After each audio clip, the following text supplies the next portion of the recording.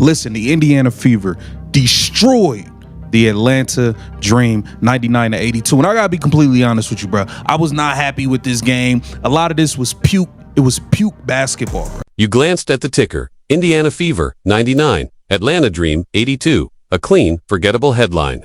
The mainstream recaps offered the usual footnote. Caitlin Clark flirted with a double-double. That was it. Nothing to see here. Close the tab and move on. But if you've made it this far, you know the box score rarely tells the real story. It's just the cover.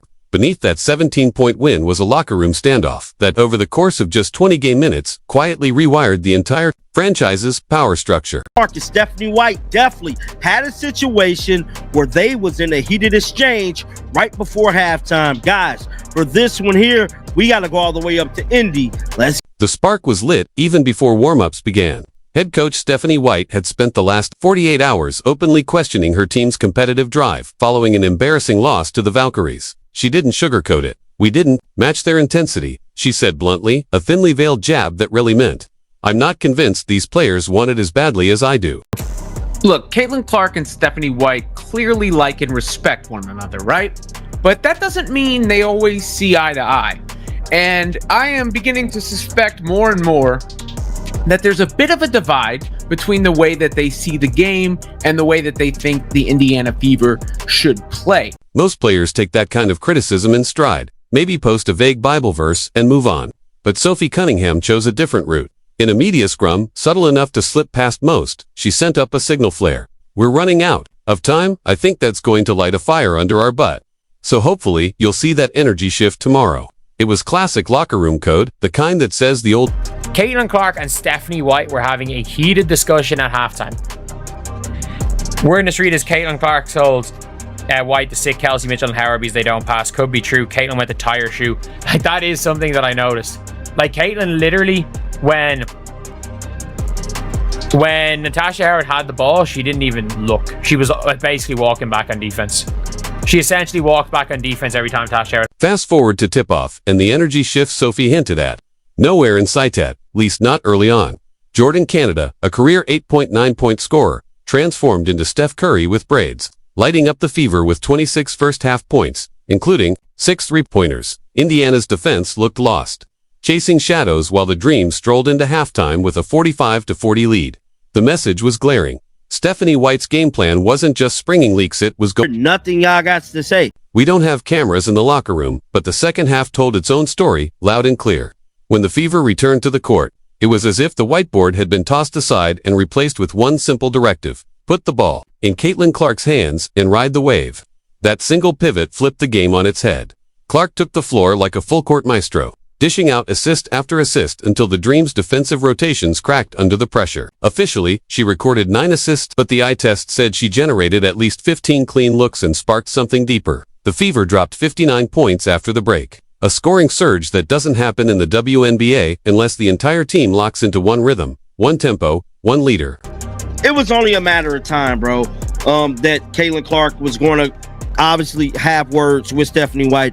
We noted that she's been running this motion offense, and Caitlin Clark cannot get in the rhythm. A lot of people thinking Caitlin Clark hurt. I don't believe she's hurt. I believe Caitlin Clark cannot simply get into rhythm. That's why she has not been shooting very well. And I was one of the first people to tell y'all this was going to happen. Told y'all about a week ago, Caitlin Clark was going to come back.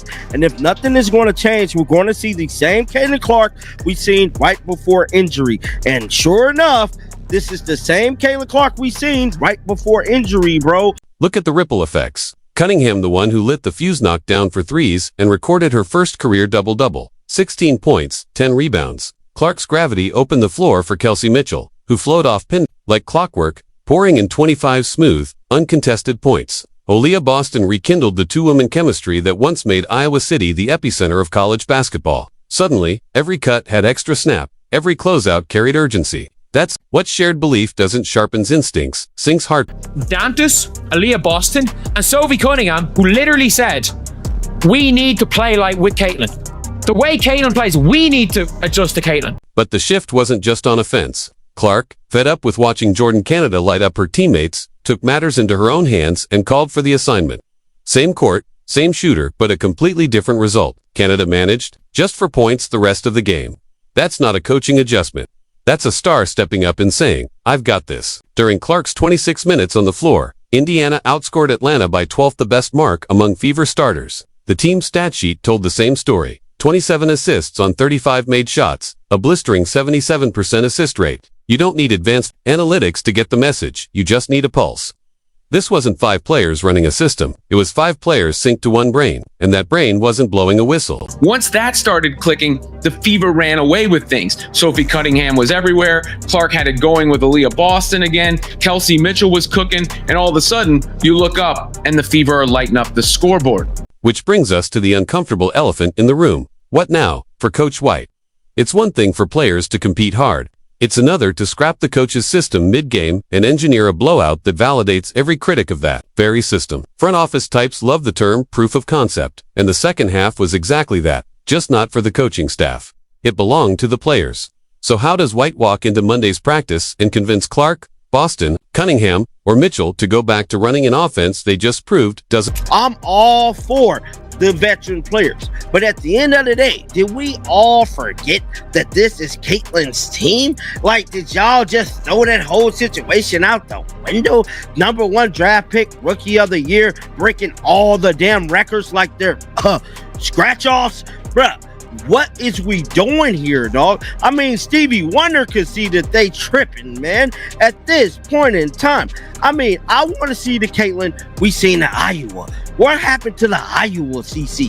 The greatness. I mean, bruh, we haven't seen the Logo 3 in a month, bruh. If you're sitting in the Indiana Fever front office right now, this win didn't simplify anything. It detonated the illusion of stability. You're not just celebrating a dominant second half. You're staring straight into a coaching crisis with no easy out. One route is to double down on Stephanie White. Stand by your coach. Reinforce her authority, and send a message that structure, not spontaneity, still governs this team. But after watching the players discard her system in real time, rewrite the blueprint on the fly, and dominate because of it, how do you walk that message into the locker room without getting laughed out? The second option is more political. Frame it as a shared victory, the natural result of trust and synergy between players and staff.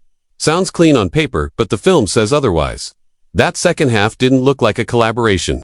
It looked like a player-led coup, and then there's the nuclear option, the one already echoing through fan forums and group chats. You fast forward the rebuild. You accept that Caitlin Clark isn't just a promising rookie, she's a generational engine. And you bring in a coach whose philosophy doesn't have to evolve around her because it already is her. A coach who doesn't adapt to Clark, but speaks her basketball language fluently. System, tempo, and trust. Here it is at Iowa. No, we didn't. We didn't see Caitlin Clark erupting on assistant coaches, having heated exchanges with Lisa Bluter. We didn't see this. Hell, she didn't even have a heated exchange with Christy Sides last year. I don't know what the hell is going on, but it's looking real spooky. And I'm telling y'all right now, this thing is heating up. Something is coming to a head because Caitlin Clark is now showing publicly she's pissed off.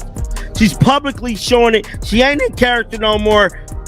She's sick of it. Watch this. Each path forward comes with risks, but if Friday night proved anything, it's this. The Fever can't go backward. The players have now felt what it's like to run through Caitlin Clark, to control the pace on their terms. And once that kind of agency takes root, you can't just shove it back in the bottle. That's why Path 3, the radical, Clark-centric reboot whispers the loudest, because the film doesn't lie. All season long, Indiana's net rating with Clark initiating has shouted playoff team when she's relegated to a decoy. It nosedives. Her impact isn't just measured in ticket sales or media buzz, it's gravitational. She bends the game around her. Still not convinced the players seized control. Rewind to Cunningham's pregame quote. That wasn't a suggestion, it was a line in the sand. Coach White publicly questioned the team's heart. One of her vets responded by publicly questioning the game plan. 30 minutes of basketball later, the veterans delivered their verdict through passes, screens, and rotations. You don't need a leaked locker room transcript. Bounce back win for you guys. What was working for you so well, especially in that second half offensively? Yeah, I mean, I thought we just played with a really great pace. I thought we moved the ball. I thought we cut hard, which opened up the three-point line for us. And then we knocked down some shots, but also I thought our defense was really good. So I think it was both sides of the ball, and kind of felt like how we should get back out there and play, every single game. I think 99 points is, probably the most we put up in quite some time. I think somebody said 59 is the most scored in a second half in, quite a few years now. So, and remember, indifference doesn't exist around generational talent. When LeBron entered Cleveland in 2003, the offense bent before the coach even finished his sentence. When Steph started pulling defenders 30 feet from the rim, Mark Jackson's playbook turned into museum dust. Caitlin Clark carries that same inevitability. And Friday night, that might have been the moment the franchise finally stopped swimming upstream and let the current take them. So let's bring it back to you, the narrative analyst, the fan, the skeptic, the believer. Was this just a one-night adrenaline spike, or was it the opening chapter of a full-blown season-long revolution? Drop your verdict in the comments. We read every one. And while you're there, hit that like button if you're here for deep storytelling, not fast food recaps. Because here's the truth, the box score can't hold. Caitlin Clark is no longer just Indiana's point guard. She's their North Star. And on Friday night, her teammates didn't just follow her, they realigned the entire constellation to orbit her. Whether the front office is ready or not, the Fever's success metrics have shifted from, did we run the coach's system, to did we maximize the Caitlin window? Caitlin, 12 points, 9 assists, but she don't even look like the same player. She don't look enthusiastic. She just don't even look like she into it anymore. She kind of look like she over this, you know what I mean? And to be honest, as a Caitlin Clark fan, I'm pretty much over it as well. I just got to keep it real with you. I'm pretty much over this as well. This season is a travesty. One last morsel before we log off. Indiana's next 4 opponents all rank in the top 6 for limiting paint touches and forcing threes. Translation: they crowd the lane and dare ball handlers to beat them with vision and precision. If Friday night's second half blueprint was real, not just a heat check, then the Fever are about to pressure test it against elite defensive minds who've now studied the tape. If it holds, buckle up. The Eastern Conference just gained a wild card with teeth. If it cracks, the coaching debate won't just reignite it, explode. Either way, the plot just thickened. And you know we'll be right here, magnifying glass in hand, so hit subscribe, smash that bell, and drop this breakdown in your group chat with the other hoop junkies, because surface-level narratives are easy to find. We dig where the camera lights don't reach. Catch you after the next twist.